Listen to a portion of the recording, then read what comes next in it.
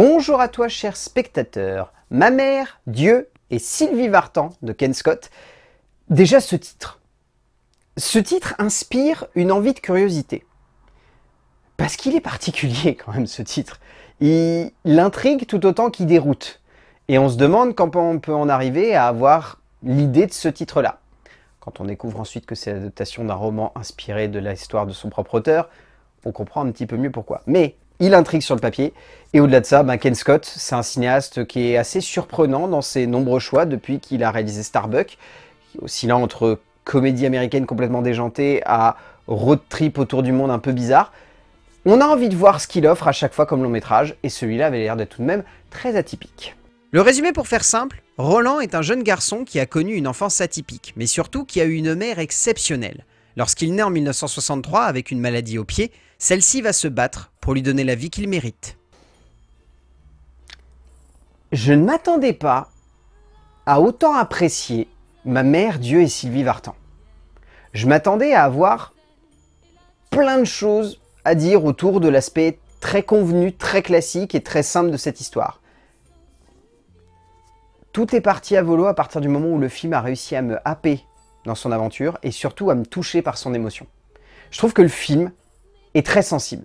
Et pas le genre de sensibilité où on aurait l'impression qu'un auteur galère un petit peu à construire un moment de cinéma où le spectateur ne tombe pas dans une forme de trop plein d'émotions qui créerait un pathos où on se dirait c'est un peu trop forcé, là, l'alarme quand même. Et ben c'est pas le cas.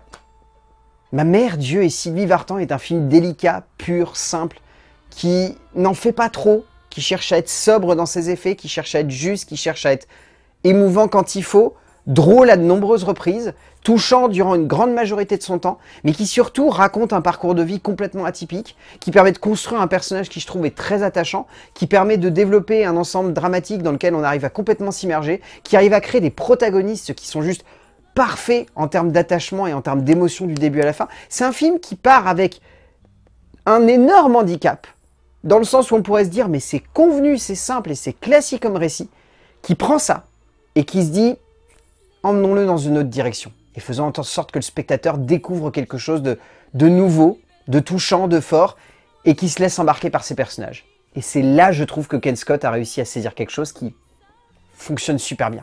Créer tout un propos de long métrage sur une relation, mais encore plus que cela sur le portrait presque romanesque d'une relation pure et forte entre deux protagonistes liés par la vie et le sang, est un moyen de tomber dans le pathos pur et le mélodrame souvent abusif dans ses effets dramatiques et ses retournements. Ken Scott aurait pu tomber là-dedans avec cette histoire vraie touchante, mais assez tire-larme entre un fils et sa mère. Mais le cinéaste québécois parvient à s'en sortir en livrant une belle et forte épopée autour d'un jeune homme, autour d'une maladie, autour d'un besoin de trouver de la liberté et autour d'une artiste qui va changer sa vie, le temps d'un film classique mais très efficace. En termes d'écriture, donc Ken Scott adaptait tout seul l'œuvre de Roland Pérez, qui est donc adapté de sa propre vie. Alors déjà, posons juste ça comme ça, la vie d'Olivier Pérez est romanesque. Si tant est qu'il n'y ait que, allez, 25% de fiction là-dedans et que le reste soit 75% de vie réelle, la vie qu'il a vécue est extraordinaire et rocambolesque autant que drôle, touchante, attachante et assez tragique sur pas mal de points. C'est un script que Ken Scott arrive à vraiment sublimer en apportant juste ce qu'il faut de fiction pour donner du décalage, de la sensibilité, un amusement certain pour le spectateur au fur et à mesure de l'avancée de cette aventure. Le seul point sur lequel vraiment on peut être tatillon et se dire bon d'accord, c'est quand même un poil convenu comme récit, c'est qu'on a la sensation de manière globale que c'est très cinématographique. Et que la fiction peut-être prend un petit peu plus le pas. Ce qui fait en fait que je pense que, même si je reste persuadé qu'il y a 75% de réalité et 25% de fiction, la manière avec laquelle structure ces récits Ken Scott donnerait presque l'impression qu'il y a 50% de vérité, 50% de fiction. Ce qui est peut-être le cas, ça se trouve. Mais il a une manière de gérer le cinéma qui est aussi divertissante et amusante que parfois un peu cliché. Et c'est un peu le cas, encore une fois, dans Ma mère, Dieu et Sylvie Vartan, où on peut avoir l'impression que de manière globale, la structure dramatique semble un peu balisée. Et on n'est pas vraiment surpris, et notamment il y a ce côté drivé par une voix off qui donne l'impression, voilà, que le film veut vraiment coller le plus possible au bouquin, et donc avoir cette narration à la première personne qui est plutôt bien pour soutenir la dramaturgie, mais donne ce côté un peu trop didactique à l'ensemble, et fait que on peut avoir l'impression que le récit s'enferme dans une bulle. Mais ça n'est qu'une petite case d'enfermement, dans quelque chose de très libre, de très drôle et de très touchant. Scott adapte l'œuvre de Pérez avec beaucoup de pudeur et de justesse, le scénariste cherchant avant tout à construire une œuvre sensible qui amène une forme d'émotion qui se fasse par le biais des personnages et non par le biais de l'avancée du récit, ce qui donne un ancrage plus fort et plus doux à celle-ci. Bien évidemment, la base même de la dramaturgie que nous offre l'auteur québécois n'évite pas quelques écueils un peu convenus du genre, notamment une propension à jouer la carte du rire aux larmes un peu trop souvent dans la première moitié du récit, mais gagnant en justesse lorsqu'il s'agit de développer et d'amener plus de simplicité dans la deuxième. En termes de mise en scène, bon, Ken Scott n'est pas surprenant au travers de la mise en scène qu'il propose ici de Ma mère, Dieu et Sylvie Vartan, mais, et je trouve juste. Parce que honnêtement, ce genre de récit, le plus gros problème qu'ils ont la plupart du temps, c'est d'être à rallonge. C'est-à-dire qu'on pourrait partir sur un récit de 1h20, 1h25, et ils veulent absolument faire 1h45, 1h50, voire même 2h. En prenant cette distance de 1h42, cette distance temporelle de 1h42 qui donne une structure assez classique au récit, Ken Scott réussit un point très très fort puisque derrière le montage est hyper dynamique. On a vraiment la sensation que tout avance très très vite et que la mise en scène est très punchy. Et d'ailleurs là-dessus, je trouve que Ken Scott use très bien de la répétition.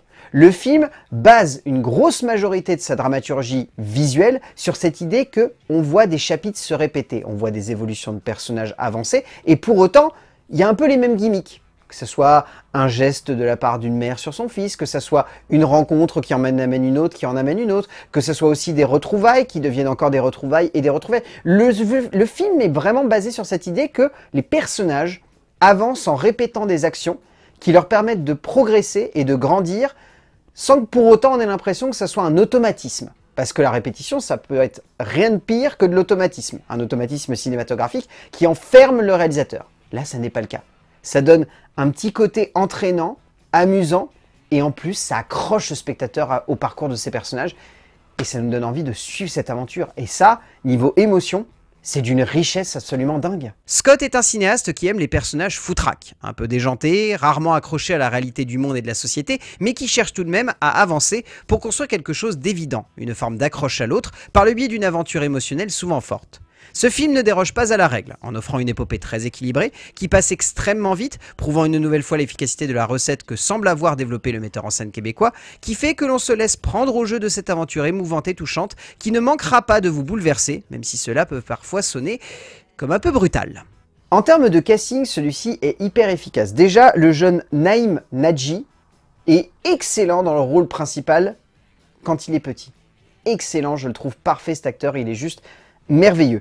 Milo Machado Grané, que l'on connaît très bien, est ici vraiment très juste dans le rôle d'un de ses frères, j'ai trouvé très attachant. Lionel Drey est également très touchant, aussi dans le rôle du père. Jeanne Balibar est très juste dans un personnage hyper antipathique, mais que je trouve également très attachant, ça fonctionne super bien. Je vous cacherai un autre personnage présent dans ce film qu'il serait dommage de vous spoiler, donc évitez d'aller voir la liste des acteurs sur Allociné, ça serait dommage. Et sinon, il y a une actrice qui ressort réellement, qui est fantastique du début à la fin du métrage et qui porte le film, au moins durant la bonne première moitié, sur ses épaules, avant d'aussi la porter avec Jonathan Cohen par la suite. Mais vraiment, elle est excellente et elle est merveilleuse encore une fois à voir sur grand écran. Leila Bekti, même si elle est un peu en second plan dans la deuxième partie du métrage, livre une prestation bouleversante et terriblement touchante qui porte le film vers des sommets d'émotions pures. Au bout du compte, Ma mère, Dieu et Sylvie Vartan est un film que je trouve très juste sur de nombreux points et que je ne m'attendais vraiment pas à autant aimer. Je ne trouve pas le film surprenant, je trouve le film convaincant, juste, intense, prenant, plein d'émotions, plein de richesses. C'est un film qui certes est un peu balisé, ça c'est indéniable, un peu classique même sur de nombreux aspects, c'est évident, mais qui dans sa globalité marche, nous emporte, nous touche, et en plus de ça vous rajoutez les acteurs en tête d'affiche, notamment Leila Bekti et Jonathan Cohen, et vous avez une recette qui fonctionne du feu de Dieu. Donc Ma mère, Dieu et Sylvie Vartan de Ken Scott, si vous avez l'occasion de le voir en salle, allez-y, vous allez passer un très joli moment. Peut-être que la petite larme pointera sur le bout de votre nez à la fin de la séance. A plus!